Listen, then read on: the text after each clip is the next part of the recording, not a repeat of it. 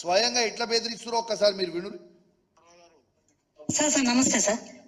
నా నెంబర్ లేదా తల్లి, పొన్నం ప్రభాకర్ అధికారిక నెంబర్ ఇది. లేదు సార్, ఇప్పుడే ట్రూ కాలర్ చూస్తున్నాను సార్. నాకు చేసుకుంటాను సార్. ఆర్డీఓ గారు లైన్ లో ఉన్నారు.